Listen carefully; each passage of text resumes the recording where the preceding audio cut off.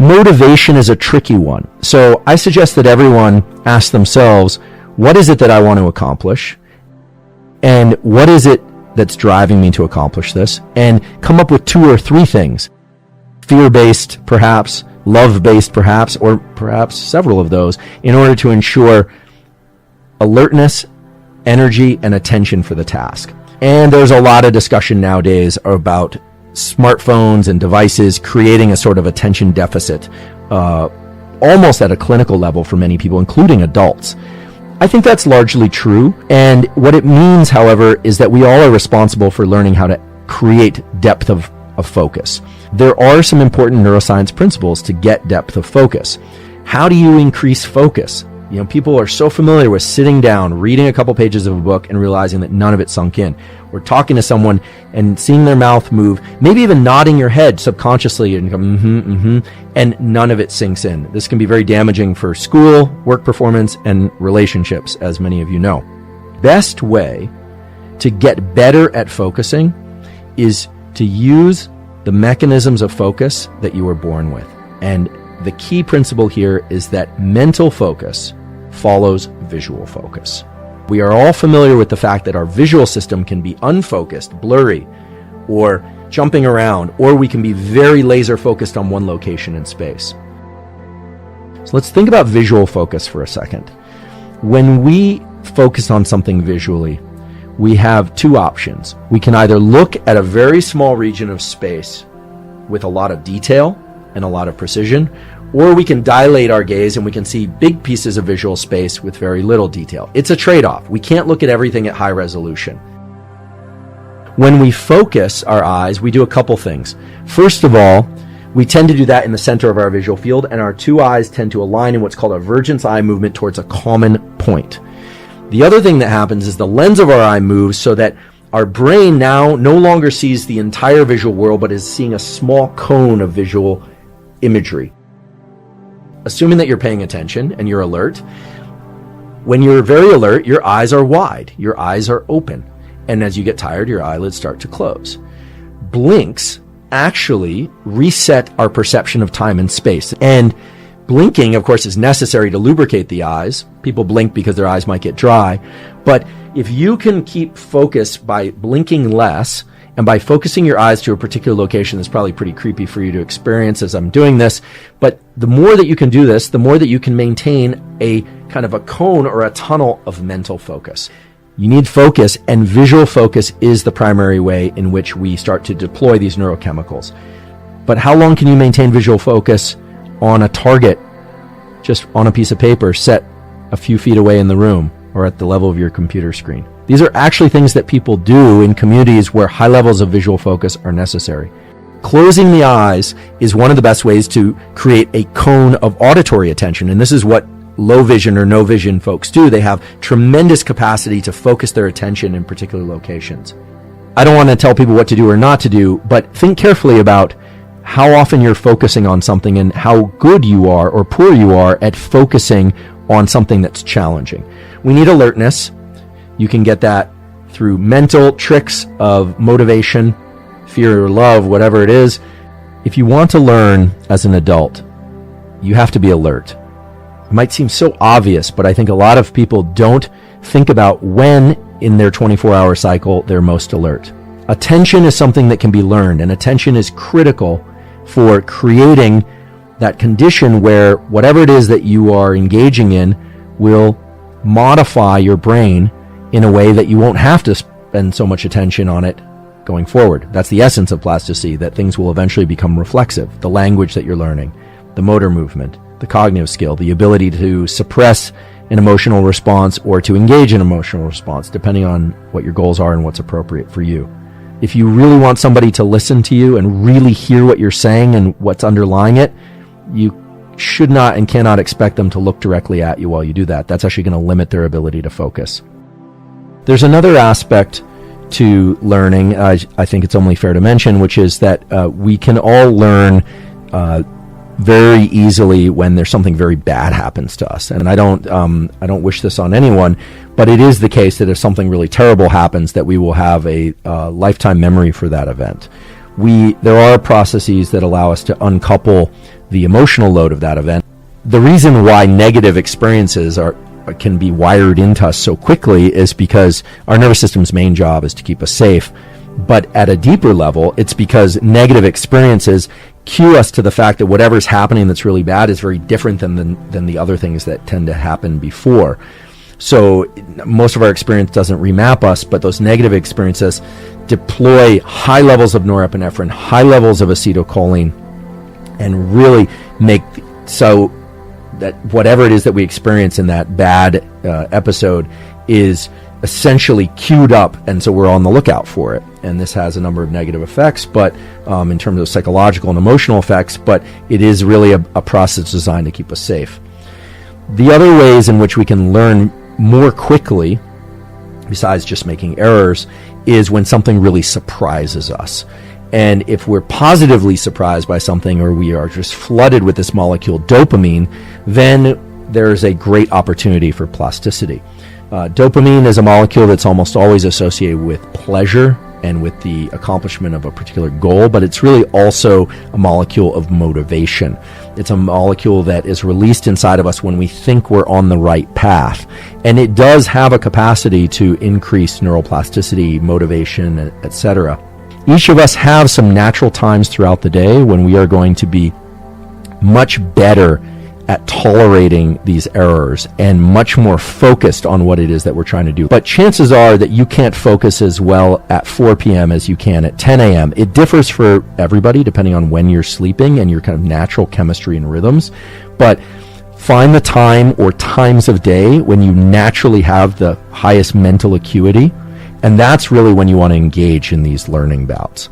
Or just ask yourself, when during the day do you typically tend to be most alert? That will afford you an advantage in learning specific things during that period of time. So don't give up that period of time for things that are meaningless, useless, or not aligned with your goals. Humans do not like this feeling of frustration and making errors. The few that do exceedingly well in whatever pursuits they happen to be involved in. The ones that don't generally don't do well. My brain is still plastic. Plasticity is a state of the brain and nervous system. It's not just geared toward the specific thing I'm trying to learn. So there are two aspects to plasticity that I think we really need to highlight. One is that there's plasticity geared toward the thing that you are trying to learn specifically. And then there are states of mind and body that allow us to access plasticity. The key is to learn how to focus better visually if you want to bring about higher levels of cognitive or mental focus, even if you're engaged in a physical task. So, put simply, if you want to improve your ability to focus, practice visual focus. The finer the visual image, and the more that you can hold your gaze to that visual image, the higher your levels of attention will be.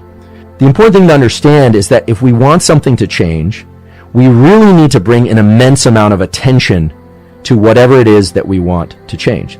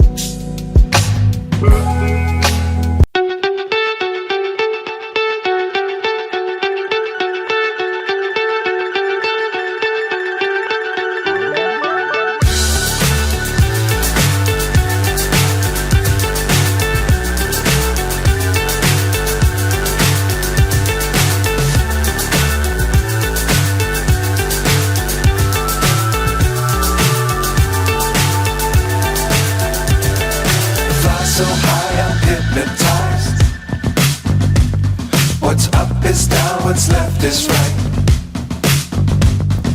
Chasing stars and holding you. I can't see the end, but we'll see it through.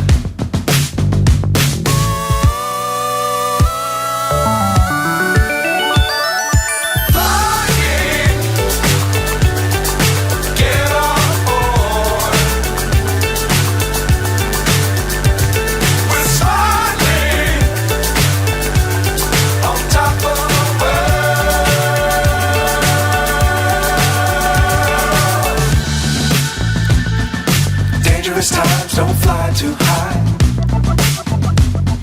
Be sure to keep the ground in sight.